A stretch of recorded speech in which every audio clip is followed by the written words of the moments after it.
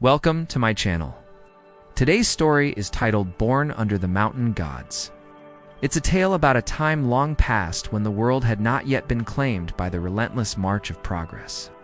Time had forgotten this place, or perhaps it was simply choosing to ignore it. Just as it sometimes does with dreams and whispered secrets, in this hidden valley, embraced by clouds that caressed the rugged mountain peaks, a silent understanding existed between the people and the gods who seemed to have carved themselves into the very stone of the cliffs. This was a world untouched by the clamor of civilization, where the wind carried ancient tales through the tall pines, and the only sounds that disturbed the tranquility were the babble of brooks and the distant cry of eagles. Here, the rhythm of life was dictated by the seasons, the planting and the harvest, and the cycles of the moon. The people lived in harmony with nature, their days filled with work, their nights with stories around crackling fires. Life was hard, but it was honest. Amongst them, there was a tradition, an age-old custom that set them apart, a celebration of new life. When a child was born, it wasn't merely a joyous occasion.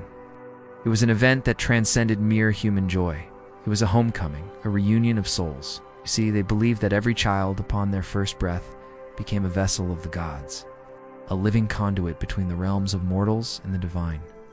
The villagers didn't revere grand palaces made of marble and gold. Their concept of divinity was as vast and eternal as the mountains that cradled their valley, as intimate and enduring as the earth that nourished their crops. They saw the gods not in ornate temples, but in the whisper of the wind through the trees, in the steadfastness of the mountains, and in the nurturing embrace of the soil. When a baby was born, the parents, along with the elders of the tribe, would embark on a journey up the mountain. Their destination was a place known only as the God's Eye, a high-altitude clearing nestled amidst the peaks where the heavens seemed to be mirrored in a pool of still water. This journey was not merely a trek, it was a pilgrimage, was a testament to their beliefs, their commitment to a way of life that honored the sanctity of all creation. They traveled for many days, moving steadily higher as the air grew thin and the temperature dropped.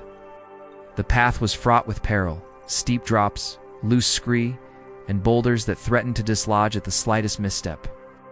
Yet none of this deterred them.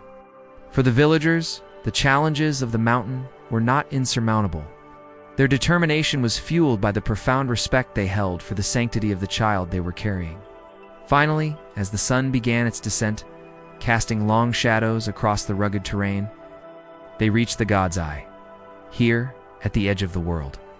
Where the peaks seemed to touch the sky, they performed a ritual that was as simple as it was profound. There were no grand altars or expensive sacrifices. Their offerings were humble, yet deeply meaningful. The parents would lay down the child, swaddled in warm furs, on a flat rock facing the sky. As darkness fell and the first stars began to twinkle above them, the elders would light a fire nearby, its flickering flames dancing in the night. Then came the moment of truth.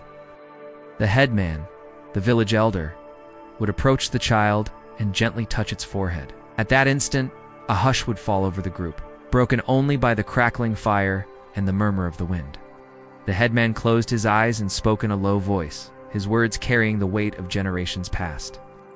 He uttered an ancient prayer, a hymn of gratitude, acknowledging the gift of life, the miracle of birth, and the bond between the child and the mountain gods. His words resonated with the power of their shared history, echoing the beliefs that had sustained their tribe for countless years. The prayer was not just a plea for protection, it was a declaration of unity.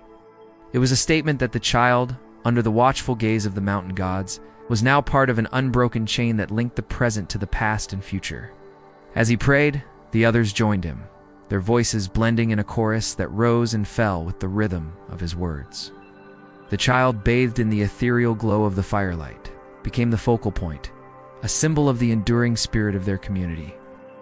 Its cries, normally a sound of need and vulnerability, were now seen as a form of communion, a reaching out to the divine. The adults understood that these cries were not merely those of a helpless infant, but also the echoes of ancestral voices seeking recognition and remembrance. In the flickering firelight, the shadows of the mountains seemed to dance, as if the peaks themselves were coming alive to witness this sacred ceremony. The wind, whispering through the pines, carried their words aloft, transforming the prayer into a tangible force that connected them to the unseen powers that dwelt within the mountain's heart. And as the prayer reached its crescendo, a profound silence descended. The fire crackled, the wind sighed, and the stars twinkled above, creating an atmosphere of expectant stillness. In this moment, the boundaries between the physical and the spiritual seemed to blur, and the villagers felt an overwhelming sense of unity. With the forces of nature that had been their constant companions for generations, after the prayer, offerings were made. Not of precious metals or rare gems, but of things that held deep meaning within their simple lives. A handcrafted wooden toy for the boy, a clay doll for the girl, seeds and tools representing the hopes for their future, and food and drink as sustenance for their journey. Once the offerings were complete, the adults stood in a circle around the child, their hands resting on one another's shoulders, forming a protective ring. They sang, and their songs were not mere melodies, but narratives of courage, of harmony with nature, and of the timeless bond between the villagers and their mountain gods. As the night deepened, the stars overhead twinkled with otherworldly beauty, as if the heavens themselves were mirroring the hopes and dreams that filled the hearts of the villagers. The flickering fire cast dancing shadows on the faces of the adults, highlighting the lines etched by hard work and the wisdom that shone in their eyes. The child in the center of the circle slept peacefully, swaddled in furs, its breath mingling with the smoke that drifted heavenward. This night was not just about appeasing gods. It was about communion, about reaffirming the ties that bound them to their ancestral lands and the spirits that dwelled within. The mountain gods were not distant, untouchable beings. They were as much a part of the villagers' lives as the changing seasons, the blooming flowers, and the ripening fruits. They were the unseen forces that shaped their world, the guardians of their fate. And so, under the silent watch of the stars and the sheltering presence of the mountains, the forgotten mountain festival continued.